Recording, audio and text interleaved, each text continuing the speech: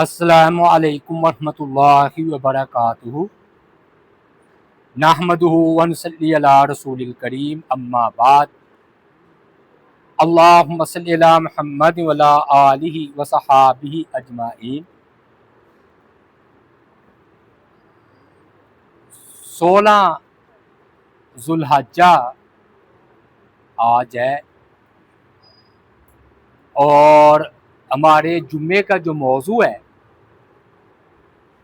وہ ایک روایتی انداز کے مطابق حضرت عثمان غنی رضی اللہ تعالی عنہ کے فضائل پر ہے، کیونکہ معروف تاریخ کے مطابق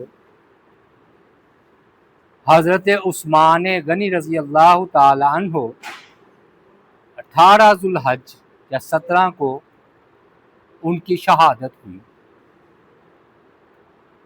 تو آج ہم اس حوالے سے تقریباً 14 یا 15 پوائنٹ کو جو ہے وہ بیان کریں گے۔ پہلی بات کہ حضرت عائشہ رضی اللہ تعالیٰ عنہ فرماتی ہیں کہ رسول اللہ صلی اللہ علیہ وآلہ وسلم اپنے گھر میں جو ہے نا لیٹے تھے، یا اپنی رانے یا پنڈلیاں کھولے ہوئے تھے۔ حضرت ابو بکر رضی اللہ تعالی عنہ نے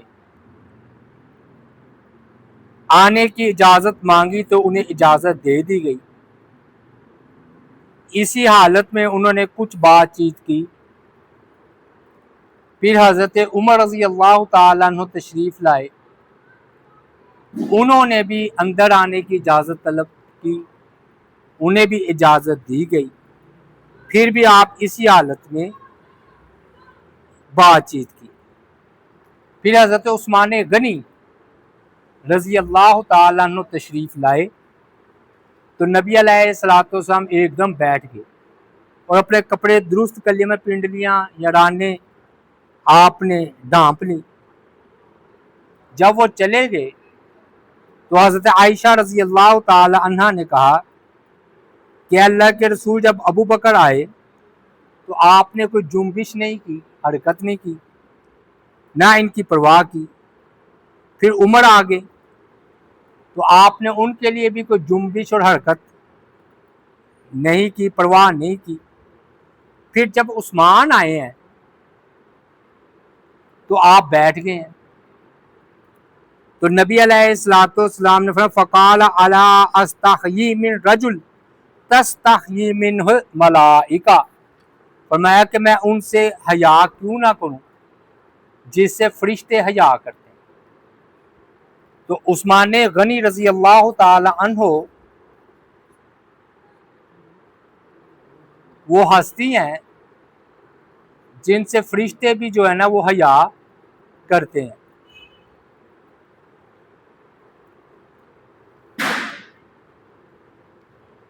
کیا معلوم ہوا اس سے کہ جب انسان بلندیوں پر آتا ہے تو فرشتوں کو بھی پیچھے چھوڑ جاتا ہے، اور حضرت عثمان غنی رضی اللہ تعالی عنہ وہ ہیں جن سے فرشتے بھی حیا کرتے ہیں، اور ان کو عثمان غنی کہا جاتا ہے۔ غنی، غنی کا مطلب ہے امیر۔ یہ ان صحابہ میں سے تھے جو کہ امیر تھے، لیکن امیری دل کی نہیں صرف، بلکہ دولت اور دل دونوں کے میں آپ غنی تھے۔ اصل غنا جو ہے وہ دل کی غنا ہے، کہ بندہ دل کا غنی ہو، اور عثمان غنی رضی اللہ تعالی عنہ جو ہیں وہ دل کے غنی تھے۔ پھر ایک مرتبہ رسول اللہ صلی اللہ علیہ وآلہ وسلم نے غزوہ تبوک کے موقع پر، جسے جیش العسرہ بھی کہا جاتا ہے، تنگی کا جو ہے نا لشکر جیش، تو آپ نے چندے کی اپیل کی. حضرت عثمان غنی رضی اللہ تعالی عنہ کھڑے ہوئے اور انہوں نے کہا اللہ کے رسول صلی اللہ علیہ وآلہ وسلم میری طرف سے 100 اونٹ کمبل پالان سمیت. پھر آپ نے رغبت دلائی. حضرت عثمان کھڑے ہو گئے، عرض کیا میرے ذمے 200 اونٹ ماں ان کے کمبل اور پالان کے. پھر رغبت دلائی تو کھڑے ہوئے، انہوں نے کہا میرے ذمے 300 اونٹ.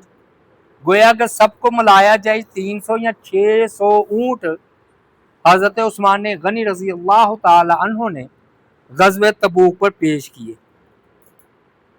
اور فرماتے ہیں کہ میں نے نبی علیہ الصلوۃ والسلام کو دیکھا کہ آپ ممبر سے اتر رہے ہیں اور فرما رہے ہیں کہ آج کے بعد عثمان کوئی عمل نہ کرے اس عمل کے بعد تو جنتی ہونے کے لیے کافی.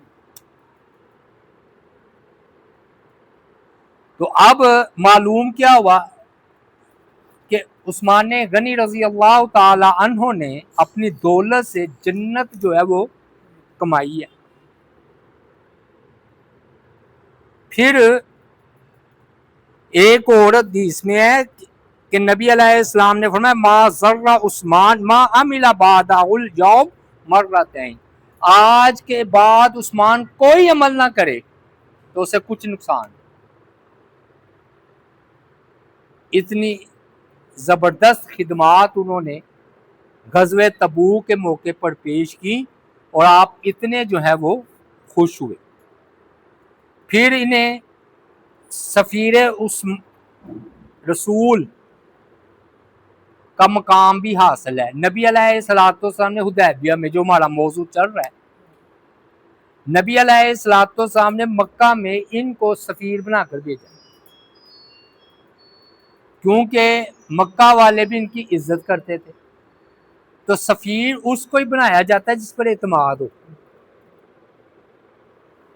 تو انہیں سفیر عثمان بھی کہا جاتا ہے. اور اللہ تعالیٰ نے جب یہ افواہ پھیل گئی نا کہ عثمان غنی رضی اللہ تعالیٰ عنہ شہید کر دیے گئے، تو نبی علیہ الصلوۃ والسلام نے 1400 صحابہ سے بیعت لی، فرار نہ ہونے کی، موت پر بیعت کی، استقامت پر بیعت کی کہ ہم عثمان غنی کے خون کا بدلہ لیں گے. اللہ تعالیٰ نے سورہ فتح کی آیت نمبر 18 نازل کی، لَقَدْ رَضِيَ اللَّهُ عَنِ الْمُؤْمِنِينَ إِذْ يُبَايِعُونَكَ تَحْتَ الشَّجَرَةِ، اللہ تعالیٰ راضی ہو گیا ان سے جنہوں نے آپ سے درخت کے نیچے بیعت کی. گویا عثمان رضی اللہ تعالی عنہ کی شہادت جو کہ اللہ کی افواہ تھی، ان سے اللہ راضی ہو گیا تو عثمان سے کیوں نہیں راضی ہو. اور یہ سب صحابہ جن سے اللہ راضی ہو گیا وہ جنتی ہیں. اور چھٹی بات یہ کہ بعض اوقات ایسا ہوتا ہے آیات نازل ہوتی ہیں لیکن مقام نہیں بتایا جاتا. کئی آیات ہے کتنی نازل ہوئی ہیں، پتہ ہے کہ کہاں نازل ہوئی کس مقام پر، لیکن جب یہ بیعت لے رہے تھے نا 1400 صحابہ کرام، تو اللہ تعالیٰ نے اس درخت کا بھی ذکر کیا ہے کہ درخت کے نیچے بیعت کر رہے تھے تحت شجرہ تھی، کہ اللہ تعالیٰ راضی ہو گیا ان سے جو آپ سے بیعت کر رہے تھے درخت کے نیچے. اور حضرت عمر رضی اللہ تعالی عنہ نے وہ درخت کٹوا دیا تھا کہ لوگ اس کے پاس نماز پڑھنا شروع ہو گئے تھے، اس کو باب برکت اور متبرک سمجھنا شروع کر دیا تھا. تو آپ نے اس خیال سے کہ یہ شرک کا ذریعہ نہ بن جائے اس کو آپ نے کٹوا دیا تھا. پھر حضرت عثمان غنی رضی اللہ تعالی عنہ کے بارے میں نبی علیہ الصلوۃ والسلام جب بیعت ہو رہی تھی نا تو آپ نے فرمایا ایک ہاتھ آپ نے دوسرے ہاتھ پر رکھا، فرمایا یہ میرا ہاتھ ہے، یہ عثمان کا ہاتھ. اور یہ بہت بڑی شان ہے کہ نبی علیہ الصلوۃ والسلام اپنے ہاتھ کو عثمان غنی کا ہاتھ قرار دے. کیا فرمایا؟ خیرم من ایدیہم لانفسہم، کہ یہ نبی علیہ السلام کا ہاتھ تو یہ عثمان کا ہاتھ، اور فرمایا عثمان کے ہاتھ سے نبی علیہ السلام کا ہاتھ بہتر تھا، لیکن آپ نے فرمایا یہ عثمان کا ہاتھ۔ پھر افواہ یہ بھی مشہور ہو گئی کہ جی یہ صحابہ میں کہ بھی اگر جائیں گے تو اب تو خوب عمرہ کریں گے، بیت اللہ کا طواف کریں گے، اور کافروں نے کہا بھی کہ آپ کو اجازت ہے عمرہ کرنے کی، لیکن یہ جو 1400 صحابہ آئے ہوئے ہیں نبی علیہ السلام کو عمرہ کرنے کی اجازت نہیں، تو آپ نے فرمایا تھا کہ میں اپنے نبی کے بغیر عمرہ نہیں کروں، جب تک میرے نبی علیہ السلام عمرہ نہ کر لیں میں عمرہ نہیں کروں۔ اور صحابہ کرام نے جب نبی علیہ السلام سے پوچھا نا اللہ کے رسول، انہوں نے تو عمرہ کر لیا ہوگا،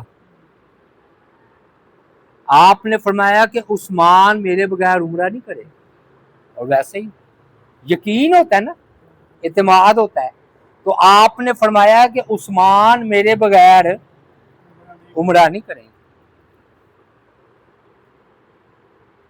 اور ایک جب محاصرہ ہوا نا تو یہ کھڑے ہوئے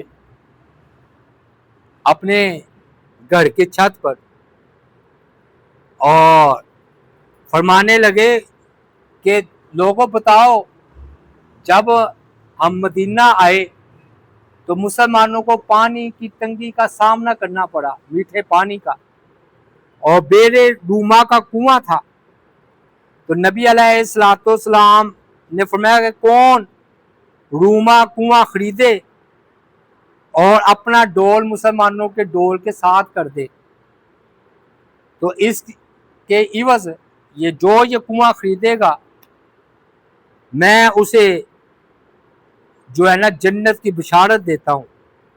تو میں نے اپنے ذاتی مال سے اس یہودی سے جو مسلمانوں کو پانی نہیں پینے دے رہا تھا، کنواں خرید کر مسلمانوں کے لیے وقف کر دیا۔ آج وہی پانی سے تم مجھے روک رہے ہو، اور حتیٰ اشرب من ماء البحر، حتیٰ کہ مجھے کڑوا پانی پینا پڑ رہا ہے۔ ادھر یہ مسئلہ سمجھ لیں، بعض لوگوں میں یہ مشہور ہے، پچھلے سال بھی ہم نے ذکر کیا تھا کہ عثمان غنی رضی اللہ تعالی عنہ پر 40 دن پانی بند رہا ہے۔ یہ نہیں بات تھی 40 دن کے پیے بغیر بندہ کیسے جی سکتا ہے؟ بھی میٹھا پانی یہ جو ہے نا بیلے روما کا کنویں کا پانی یہ بند رہا تھا، اور آپ کو کڑوا پانی جو ہے وہ دیا جا رہا تھا۔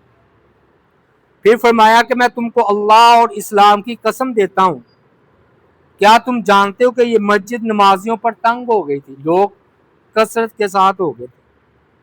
تو نبی علیہ السلام نے کہا کہ کون ہے جو فلاں ساتھ والا علاقہ مسجد نبوی کا خریدے، میں اس کے لیے جنت کی بشارت دیتا ہوں۔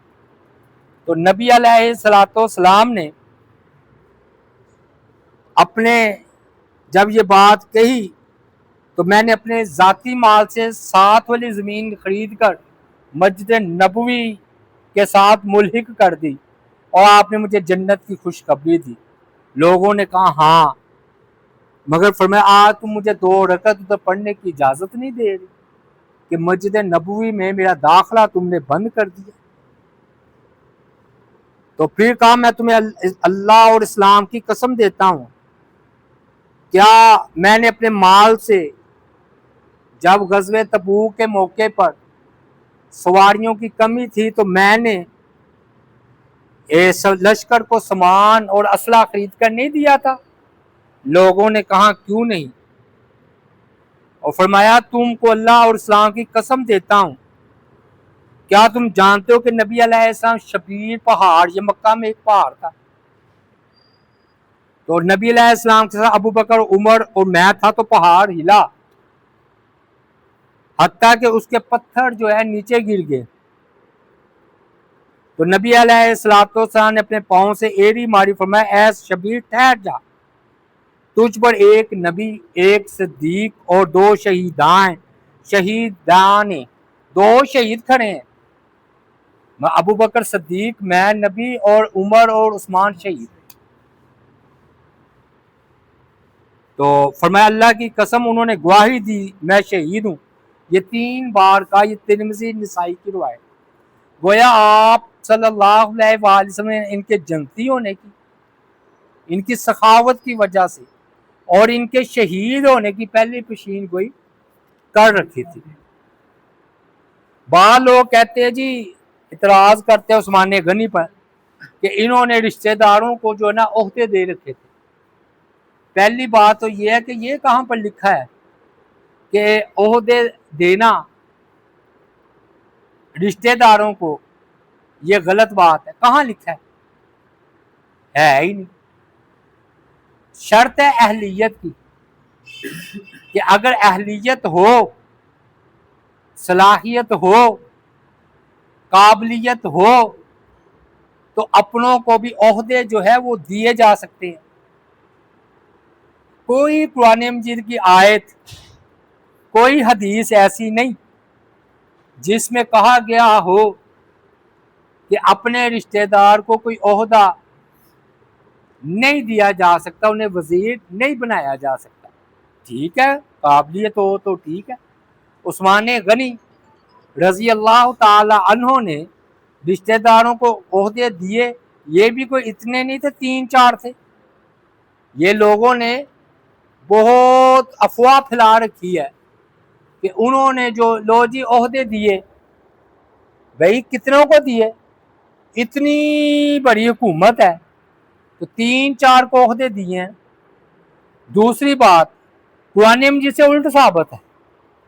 قرآن مجید میں ہے کہ حضرت موسیٰ علیہ السلام نے اپنے بھائی کی خیر خواہی کرتے ہوئے ان کے لیے نبوت کے عہدے کی دعا کی ہے۔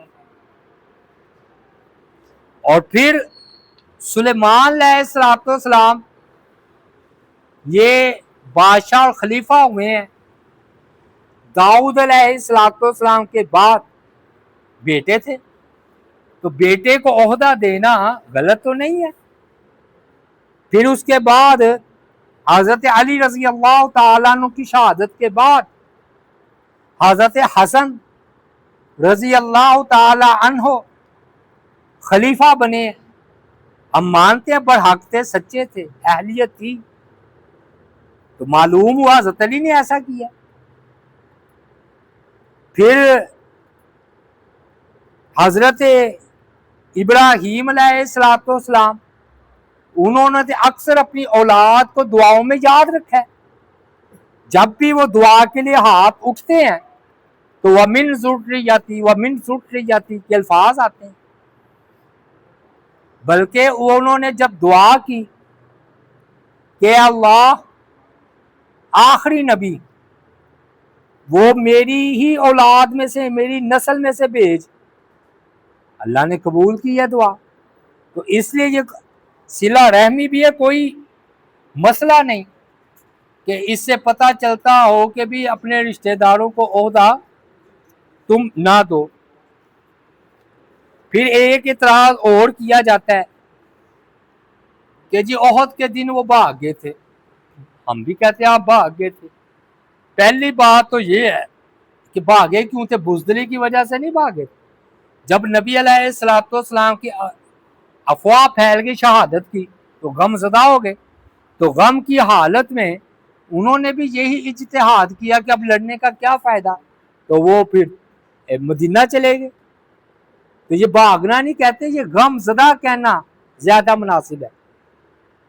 پھر دوسری بات یہ ہے کہ اگر بھاگ بھی گئے تو اللہ نے خود فرمایا وَلَقَدْ عَفَا عَنْكُمْ، ہم نے ان کو درگزر کیا، ہم نے ان کو معاف کر دیا۔ جب اللہ نے معاف کر دیا تو اب ہم کون ہوتے ہیں ان پر کیچڑ اچھالنے والے؟ آدم علیہ السلام سے خطا ہوئی، اللہ نے معاف کر دیا، تو اب وہ کہیں نہیں جی وہ آدم علیہ السلام سے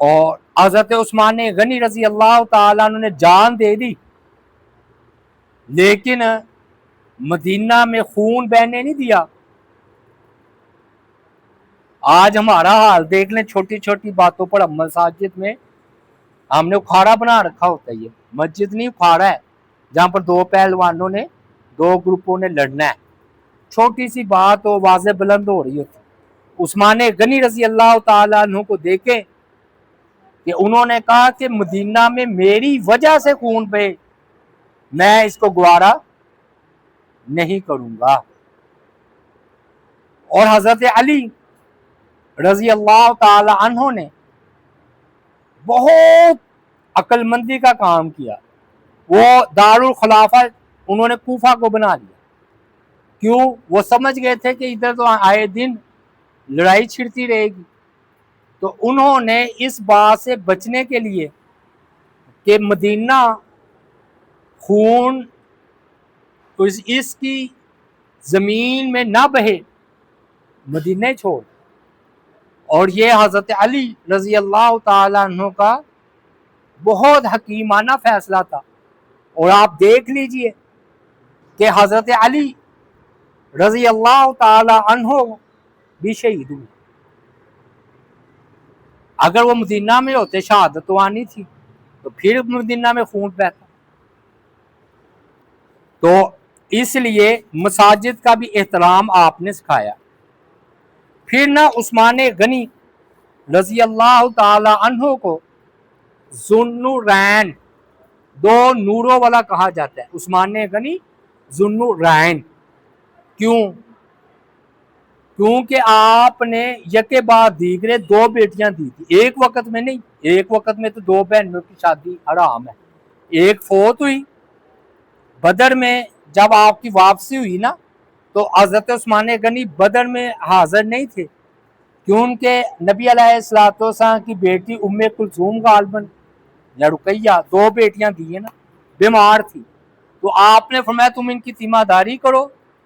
تو آپ بدر میں جنگ کے لیے نہیں آپ گئے تھے، وہ تو آپ قافلہ لوٹنے گئے تھے نا، وہ بعد میں جنگ ہو گئی تو، لیکن دو بیٹیاں نبی علیہ الصلوۃ والسلام نے عثمان غنی رضی اللہ تعالی عنہ کو دی۔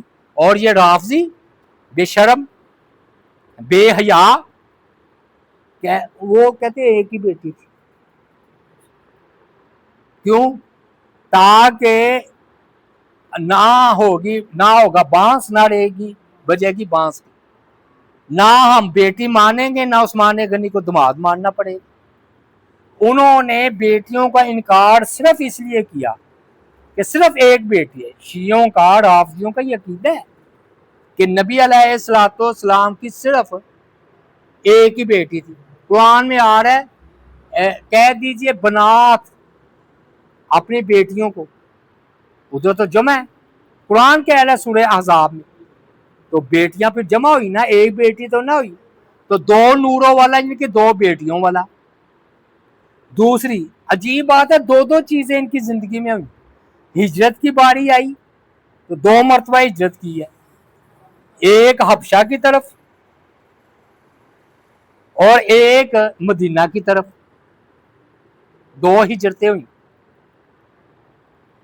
پھر آپ دو مرتبہ غائب ہیں اور ان کو حاضر کا جو ہے نا وہ رتبہ دیا گیا، مقام دیا گیا۔ کیسے؟ بدر میں بھی حاضر غائب تھے تو آپ نے مال غنیمت دیا ہے، تو غائب ہونے کے باوجود ان کو حاضر کا ہے۔ اور صلح حدیبیہ میں بھی غائب تھے تو اپنا کہا یہ میرا ہاتھ ہے، یہ عثمان کا ہاتھ، غائب ہونے کے باوجود ان کو حاضر کا مقام دیا، تو یہ بھی ذوالنورین ہوئے دو بار۔ اور 12 سال ان کی حکومت رہی ہے، 6 سال شکر کے، 6 سال صبر کے۔ شکر اور صبر دو نور ان میں اکٹھے ہو گئے، اس لیے ان کو ذوالنورین کہا جاتا ہے۔ بہرحال یہ بات ہم پہلے کر چکے ہیں۔ ترمذی میں اور نسائی میں روایت ہے کہ حضرت بعض لوگ یہ کہتے ہیں نا عثمان غنی پر 40 دن پانی بند رہا، تو پہلے بھی ہم نے ذکر کیا، پھر کر دیتے ہیں کہ یہ بات ٹھیک نہیں کہ مطلق